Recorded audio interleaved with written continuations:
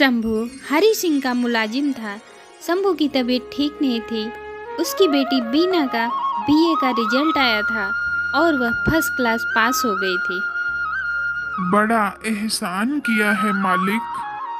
क्या मालिक मालिक कह रहे हो? हमने कोई एहसान नहीं किया है शंभू। हमने सिर्फ दोस्ती निभाई है।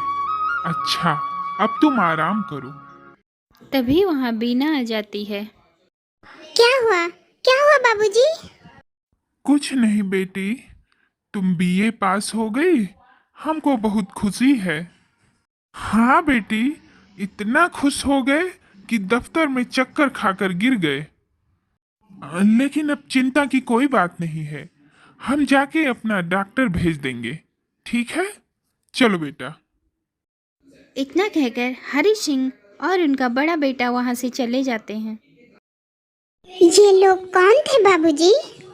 हमारे मालिक ठाकुर हरी सिंह और उनका बड़ा बेटा विशाल। घर जाकर ठाकुर हरी सिंह अपने बड़े बेटे विशाल से बीना के रिश्ते की बात करते हैं। बेटा, जी बाबूजी। बेटा, हम सोच रहे हैं शंभू की बेटी बीना अगर हमारे घर की बहू बन जाए तो तुम्हें कोई ऐतराज तो नहीं है? बाबूजी, आज तक हमने आपकी किसी बात पर ऐतराज किया क्या? खुश रहो बेटा, जीते रहो। बेटी, ये तो भगवान की कृपा है कि तुम इतने बड़े घर की बहू बनने जा रही हो। बाबूजी, बेटी, बेटी बचपन से तुम्हारी माँ नहीं थी। हम तुमको माँ का प्यार नहीं दे पाए बेटी। बाकी जो तुम्हारे बाबूजी होंगे और जो तुम्हारी माँ होंगे वो तुम्हें बहुत प्यार देंगी बेटी। वो तुम्हें बहुत प्यार देंगे। एक बात कान खोलकर सुन लीजिए। शंभू की बेटी इस घर की बहू नहीं बनेगी। इस घर की बहू वही बनेगी जिसके बाप की गांठ मजबूत होगी, तिलक और दहेज भरपूर दे सके। इस घर की बहू शंभू की बेटी बीना ही बनेगी। हमने बात पक्की कर ली है। आप कौन होते हैं बात पक्की करने वाले? नौकर नौकर होता है और मालिक मालिक। शंभू हमारे मुलाजिम जरूर हैं, लेकिन वो हमारा बचपन का दोस्त है।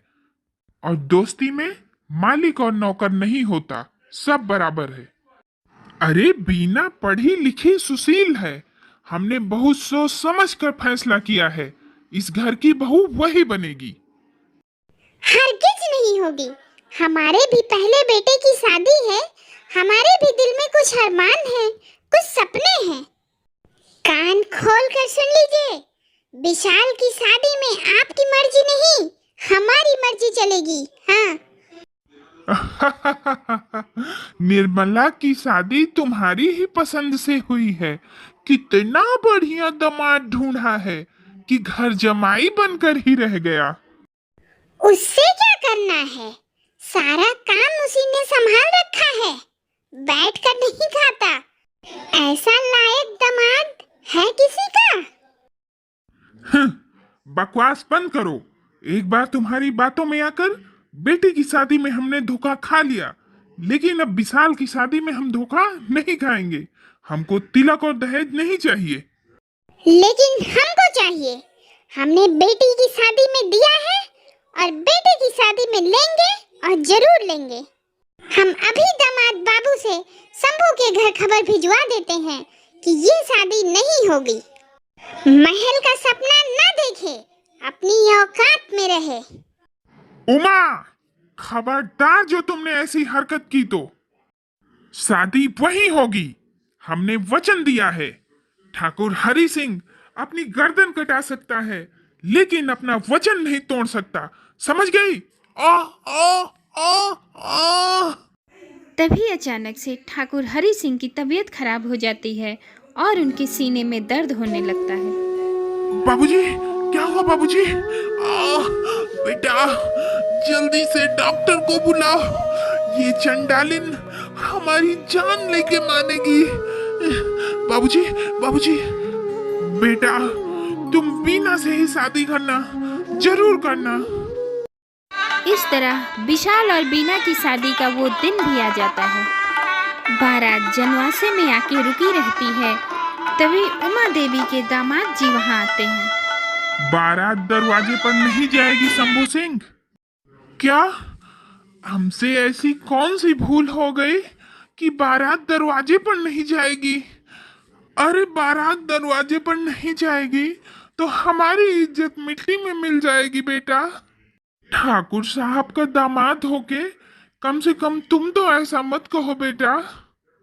ये हम नहीं कह रहे हैं, ये ठाकुराइन का हुक्म है।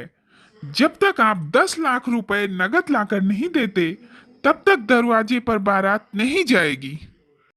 अरे अरे अब हम इतना रुपया कहाँ से लाएंगे भाई?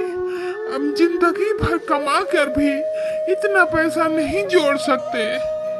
बेटा हमारी इज्जत रख लो, हम पे रहम करो बेटा, बारात दरवाजे पर ले चलो।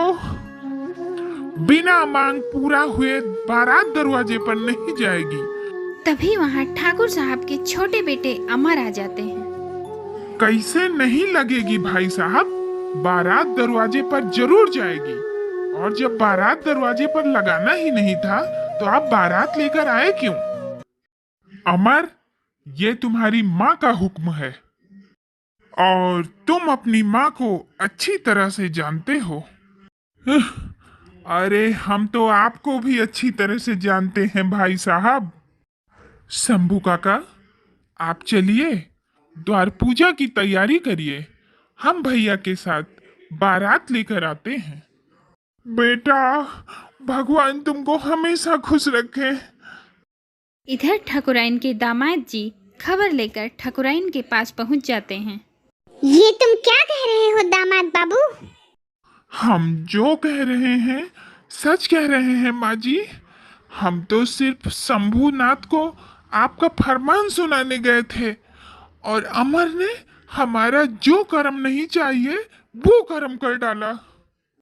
और तो और माँ जी, आपको भी बहुत भला बुरा कहा है। सुन रहे हो अमर के बाबूजी? तभी अंदर से एक डंडे का सहारा लेकर ठाकुर साहब बाहर आ जाते हैं। क्या हुआ? ये शोर शराबा क्यों मचा रखा है? अरे कौन सा पहाड़ टूट पड़ा? काहे आसमान सर पे उठा रखा है? तुमको तो पता है ना हमारी तबीयत खराब है। आप अपनी तबीयत का छोड़िए। आपका छोटा बेटा अमर हमारी इज्जत मिट्टी में मिला दिया। हमारे दामाद बाबू को भरी बारात में बेइज्जत किया। अरे उसने कहा क्या? हमने दामाद बाबू से खबर भिजवाया था कि शंभूनाथ जब तक 10 लाख रुपए नहीं देगा बारात दरवाजे पर नहीं जाएगी। लेकिन वो अमर बारात दरवाजे पर लगवा दिया। अमर ने जो किया ठीक किया। और तुमने शंभूनाथ से पैसा क्यों मांगा?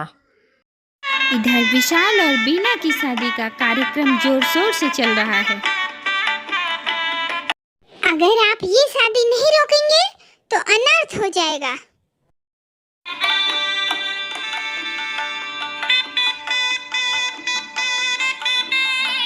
आखिरी बार कह दे रहे हैं, बीना इस घर की बहू नहीं बन सकती, नहीं बन सकती, नहीं बन सकती।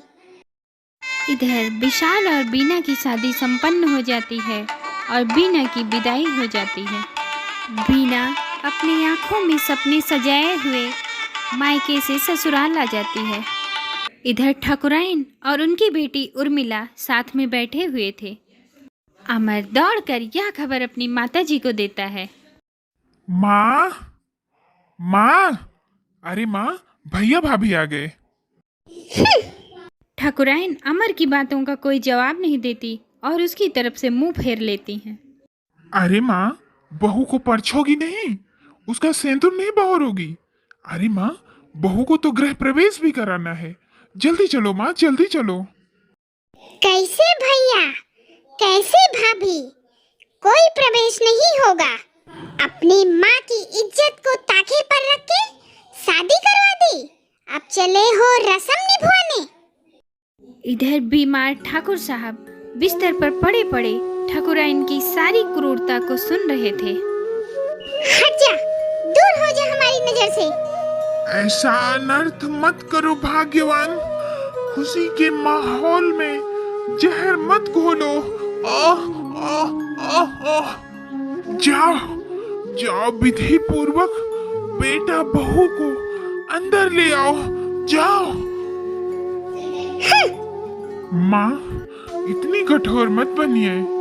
उर्मिला दीदी, तुम ही माँ को समझाओ ना कि भैया और भाभी को अंदर ले आए, नहीं तो आस पड़ोस के लोग क्या कहेंगे दीदी। कोई कुछ भी कहे, हमें उसका राई भर भी परवाह नहीं है। हमारी मर्जी के खिलाफ शादी हुई है, इसलिए कोई रस्म नहीं होगी।